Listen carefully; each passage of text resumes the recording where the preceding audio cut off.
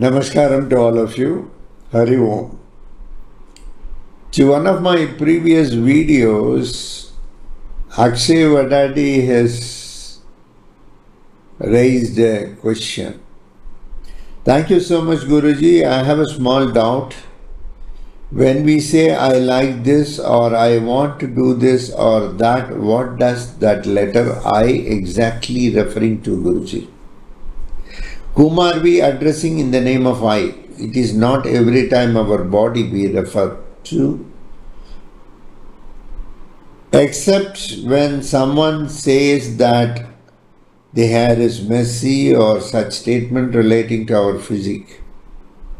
Then we identify the I as our body or personality. So rarely we refer to I as a person. We are referring to something within us as I, but it's hiding at the same time within us.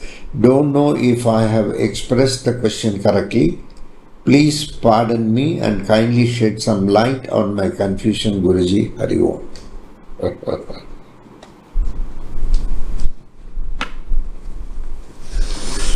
What is this I?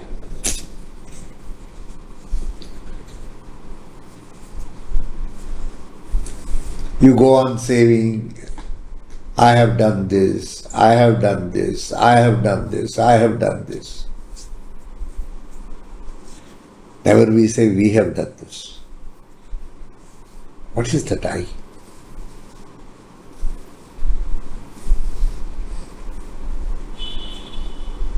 Okay, a very crude example, because there is nothing else to which you will immediately understand. So,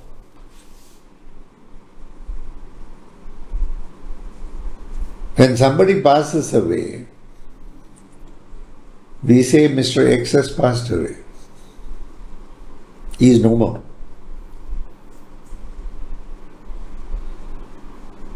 So the soul was given the identity as X.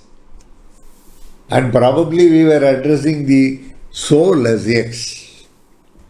And once the soul leaves the body, we say X is gone. So we don't mean the body. If it is the body, we won't say body is very much there. It is still not cremated, but still we say that X is gone. So the body identification with I, as you rightly said, yes, hair is messy, or the dress is stinking, my dress is stinking, or I have not taken bath. These may be probably physically addressing, but the actual address is I is more towards the soul.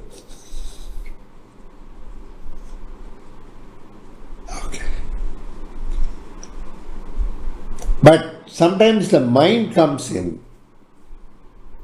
the devil sits, and that soul unfortunately forgets that it is the soul, and the mind takes over the soul.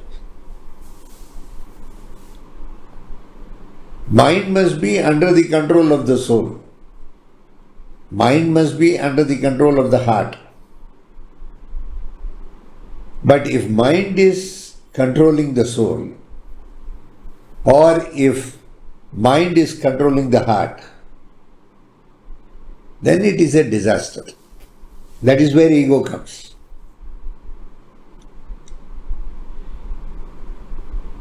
The very doubt what you have got, whether it is the mind, whether it is the soul, of course, you have asked in a different way. The same thing you have asked in a different way. Once a doubt comes into the mind, once a doubt is expressed, it is more from the mind. Suppose had your soul realized the answer for this, you would not have raised this question at all. Since the soul is clouded with the mind got the doubt, and you asked, what is I? I is aham. Vedas we say, Prajnanam Brahma, Aham Brahmasmi, Tattvamasi, Ayamatma Brahma. Prajnanam, Aham, Tattvamasi,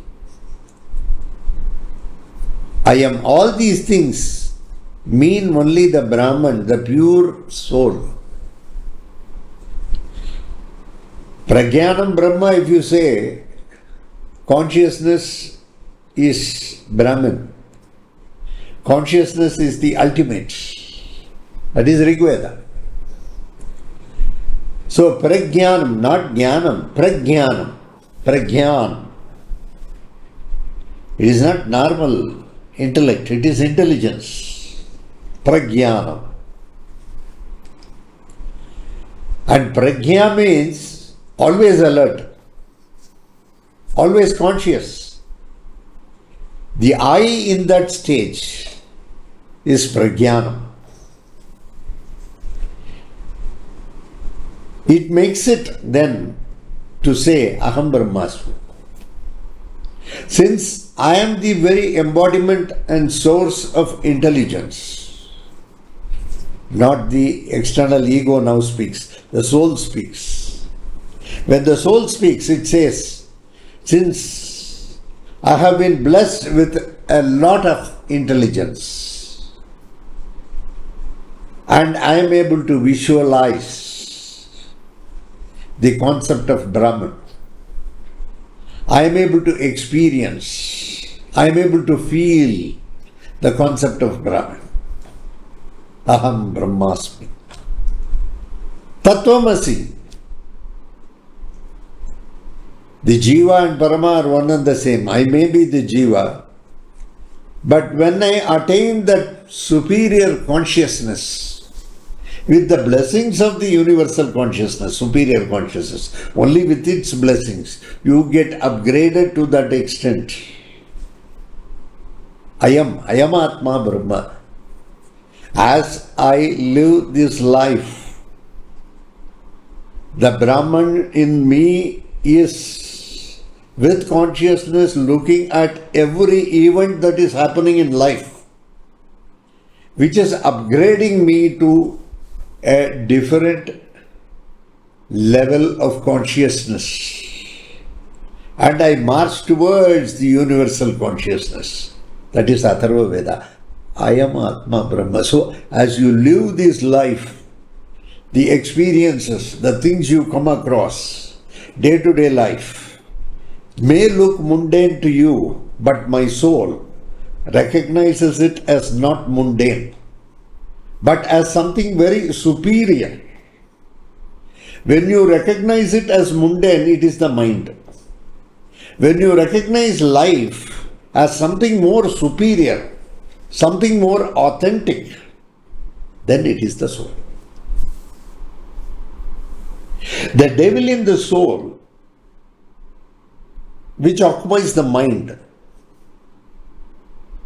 it occupies the mind. Of course, devil must have been a part of the source, but it has started manufacturing something, so that factory is mind. Then everything looks in life as mundane. What for you have come here? Somebody was asking the purpose of life. Just for upgradation, nothing else. All the experiences what you are getting is only to upgrade your consciousness and to go to a state of no mind or no thought, where it is purely the soul that evolves with consciousness. And any observation made or any statement made at that particular point of time, without ego, without the devil in the mind or the devil being put into control by the soul, any statement made on any subject, whether it is mundane, as identified by the mind, is always pure. So, a statement, whether it is from the egoistic mind or is it from the pure embodiment of consciousness called the soul, is very much debatable, and it differs from case to case, circumstances to circumstances. There is nothing like everybody has achieved it. Everybody are in the process of achieving it, for which so many things happen in life. Observation becomes very important. So observing certain things, and the analysis may be done by the mind, but whatever inference you may get out of the analysis should not stop with the mind. If it is absorbed by the soul, then the soul knows the truth. Of course, the mind is helpful a little bit, but how it guides. So one's mind, how it guides, thereby you get ideas, perceptions. Of course, ideas, perceptions need not result in truth. Perception, we call it as pratyahara. Necessarily pratyahara need not result in truth. From Shabda, as we talk, we have vichara, we have discussions. From words come discussions. From vichara comes anumana, doubt. We always have doubts. That is probably mind level. He get doubts. From anumana, then a lot of analysis is done. And you form the basis. Some perceptions come out, some ideas come out. Pratyahara. Pratyahara should lead you to truth. If the analysis was intended not on finding the truth, but for some bare discussions and for demonstration of one's intellect, then the truth gets diluted and you don't reach. So in such a case, the pratyahara, say the perception, cannot become the truth. Sometimes people will go on asking the same question to many people. Why they do it? They do it because they have some idea in mind. They are just trying to find out whether someone will express that idea. Once somebody says, then immediately they will think, okay, fine, our idea is okay. Somebody is there to recognize. Somebody is there to appreciate. Somebody carries the same idea. So my idea is true. This is wrong. This is just to satisfy the mind. It's because of the ego. This doesn't unravel the truth. So all perceptive ideas do not become truth. How the mind has worked on it is more important. That is why today, nowadays, we have yoga, prayoga, this, that, so many meditations, so many people are teaching. Yandaro Mahanubhavo, Andariki Vandanam. So many people are teaching so many things. Maybe they might be knowing better things. Okay. So they might be teaching some yoga classes, this, that, meditation. In fact, meditation, when you do, your mind must be calm that day. If you are going to meditate without calmness, then you cannot meditate. You will be going into various thoughts and various things. If such a person is going to initiate meditation to somebody else, if such a person who is already confused, he will be initiating only confusion at that point of time. That is why the practitioner of meditation who teaches meditation, any guru on that, they will not initiate that unless their mind is alright on that particular day. This is a basic rule. If the mind is calm, then you can coach people on meditation, you can initiate meditation, you can help them. Otherwise, you will initiate them with your own thoughts and mind. That is still more worse. It is better to wear our shirt. It is instead of wearing somebody's dress. Is it? That will look very odd. Very odd. Okay. So, the meditative person must be really meditative. The very word meditation comes from medicine. It's more a type of a medicine. It cures various ailments. That is why. So the medicine must be pakka. For that, the person who is teaching meditation should be absolutely calm on that particular day when he is teaching meditation to others, so that he can initiate the right way of meditation and the other person also will be benefited. We don't understand all this. We simply go, somebody is conducting meditation class, we go and sit there. We do not know whether he is the proper person or not. How to find out? That is what is fate. With whom you land at what point of time is your fate. That is where karma comes. Your past connections come. If you have landed with me, it means we had some connections. Otherwise you wouldn't have landed with me. So, there is always, it's all continuous. It keeps on going. It keeps on going. That is the cycle of karma. Okay.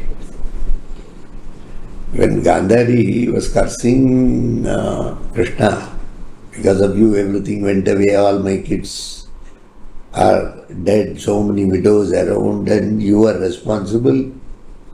You will also die a very miserable death, and your people also will be dying fighting among themselves. The brothers are fighting because of you. She was cursing. Then after some time she came to senses. She said, Krishna, I have committed a mistake. Krishna smiled and said, the universal consciousness is speaking. Bhagavan Krishna said, don't worry about all that. Even I have to go. It's a mundane life. I have to take back all my people with me. Okay. There must be some cost. For me to go also, your curse has provided an easier way of exit for me. This is the beauty of the universal consciousness. A person of extreme intelligence, wisdom, will always accept that the curse of the other person is going to be only a boon for him and not a real curse. So, Krishna considered Gandhari's curse as a boon more. Of course, what he wanted to say also he said. The mother of the child should see the child from top to the bottom. Every child should have the drishti of the mother. Mother is very important. Father is secondary. Please remember. Mother, a born child, she should see from top to bottom. Her drishti will be a kavacham, will be a protective grid for the child. Okay. That saves the child. You said that you have a duty towards the husband and the husband is blind. What world my husband has not seen, I will not see that world. Okay, you have become blindfolded. Then you should have kept quiet. You shouldn't have had kids. Your duty is not merely towards the husband. Your duty is towards the entire creation. It is not one portion is husband in life. Then children, that is one portion. Your commitment towards the society, that is one portion. Your commitment towards relatives, that is one portion. Your commitment towards friends, that is one portion. Your commitment towards the community, the nation, that is one portion. So like this, karma is not, it has got various bylines. All these things joined together becomes the karma. Is it not? Did you follow that? You didn't follow that. So, instead of cursing me and saying that I was responsible, Gandhari, primarily you were responsible. You didn't see the children. You should have seen them. But Lord did not escape from the curse. You see the beauty of the Lord. Lord Krishna accepted the curse very gracefully. And he took it as a boon that paved his way to go back. The universal consciousness also came as an individual, very normal person he came. Of course, he did a lot of miracles. Miracles is only experienced by people who believe the concept of wonder, not for people who keep on, how is this possible, how is that possible? Have you understood? Miracles is yes, is possible, provided you wonder. If you are going to keep doing research, how is this, how is that? It's not inquiry. Inquiry. It should be inside. Don't go and ask anybody. Even if you want to, you just keep asking yourself. Probably you will get an answer. Inquiry outside somebody saying and you are listening to that answer and being satisfied is the very lowest form of learning. Inquiry must be there. That inquiry is more the soul does. It's not the mind. That is inquiry. Inquiry the mind does. It is not convinced. So it needs an authentication from outside. Somebody should authenticate it. So when the mind does, it's more an egoistic aspect. But the real I is more the soul we address it as. That is from that origin. That soul, that primordial origin of superconsciousness, from which the individual consciousness has appeared here. After all, you are a fragment of the nature, isn't it? See, if you take, suppose, a handful of water and throw it on the ground, you see the sun, there is one sun at the top, you see the ground, all those drops of water, you will see thousands of sun. Universal consciousness is only one. From that comes the individual consciousness. Individual consciousness is just a reflection of the universal consciousness, with a very limited functionality, of course. So, when you really say I, it means yes. Sometimes I, you may say physically, that is more, it's more in the physical sense. It's not in the metaphysical sense. Okay. Still, we have not completed the physics itself. Material physics itself we have not completed. So, our understanding metaphysical things is very difficult. So, most of the time when humans use I, it is more from the perspective of the body, individual comforts. Sometimes casually we will use. I was there at Calcutta today, I was there in Bangalore, I was there watching the match yesterday. Like this, you will be saying casually. Probably that doesn't have an element of all this. That is casually done. But sometimes we will seriously mean it. I only achieved the target. Otherwise, this was not possible. The company achieved so much because of me. I have given so much for the company. They should have recognized my efforts. They have not recognized. They should have given me some incentives. They should have given me promotion. They have not done any of these things. How can I continue with such an employer? This is more from the mind. But the real aspect is the soul. The soul understands. The soul always understands. But mind is a doubting Thomas. It will keep on doubting. It is not convinced with any explanation. And the explanation for the mind, it should satisfy the ego. Otherwise, it will not accept that explanation. Sometimes even kids will say, hey, you have not taken bath. Who are you to ask? We will say. But what the kid is saying is right. We have not taken bath. That is the truth. But we are not prepared to accept that. Who are you to say? Hey, you are very small. You cannot comment on me. If we have decided to accept the truth, whether it is from a small person or a big person, whether aged person or a youngster or a child, should not matter much. That acceptance is not there because the ego in the mind is refusing to accept or acknowledge the truth. So if it is an I with ego, then what will happen? Then what will happen? Then definitely truth will not be. Everything is false. It is falsified. There will not be any truth in any statement that is being made. So, the I is used sometimes with ego, I is used without ego. When ego comes, mind comes. When ego is not there, the soul. It will be very pure. It will be very perfect. And what it says will be truth. That's the beauty of this eye business. Eye opener, we say. Oh, that incident was an eye opener. What is that? Eye opener means you were able to see it. It has opened your eyes. You were very blind to it. But now you are able to see it. You have seen it. This is one way. Eye opener means you have seen it to that extent that you have realized something. That is the truth.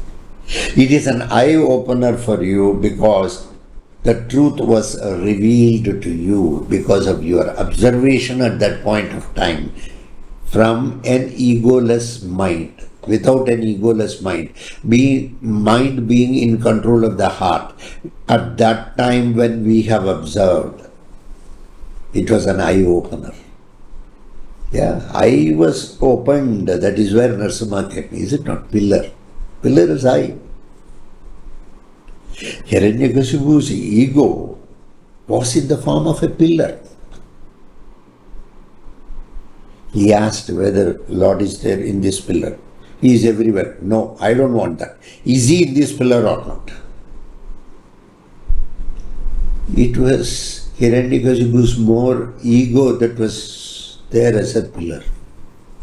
From that ego, the devil opened up and it saw the truth. That was Narasimha. So eye opener. Is it? That is the real. So, the ego self opened itself and could realize the true self. That is the concept of Narasimha Avatar. The ego self is Hiranyakashipu. The true self is the Lord, Narasimha. So, that's all. Thanks. Good question, Vadadi. It is very, very beautiful question. I appreciate it. Thank you very much. God bless you all. Bye-bye.